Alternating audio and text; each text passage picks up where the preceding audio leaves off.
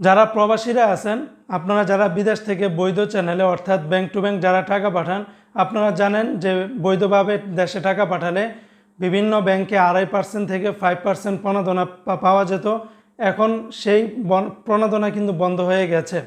কিছুদিন আগে বাংলাদেশের একাধিক গণমাধ্যমে কিন্তু এই নিউজটি প্রকাশিত করা হয় যে প্রণোদনা বন্ধ হয়ে গেছে।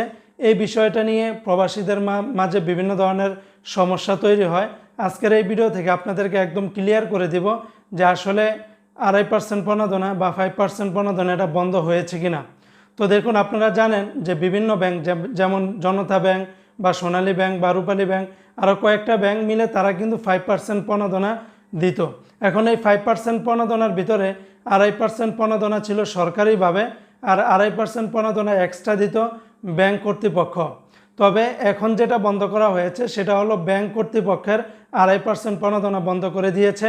তবে সরকার ঘোষিত যে 2.5% প্রণোদনা সেটা ঠিকই থাকবে, সেটাতে কোনো ধরনের কোনো সমস্যা হবে না। তবে বন্ধুরা, যারা এই বিষয়টা নিয়ে কনফিউজ ছিলেন যে প্রবাসীদের প্রণোদনা বন্ধ হয়েছে কিনা, আসলে প্রবাসীদের আগে যেটা 2.5% ছিল সেটা এখনও আছে, ভবিষ্যতেও থাকবে। কিন্তু ব্যাংক কর্তৃপক্ষ থেকে যে 2.5% প্রণোদনা দিত সেটা কিন্তু বন্ধ করে দিয়েছে।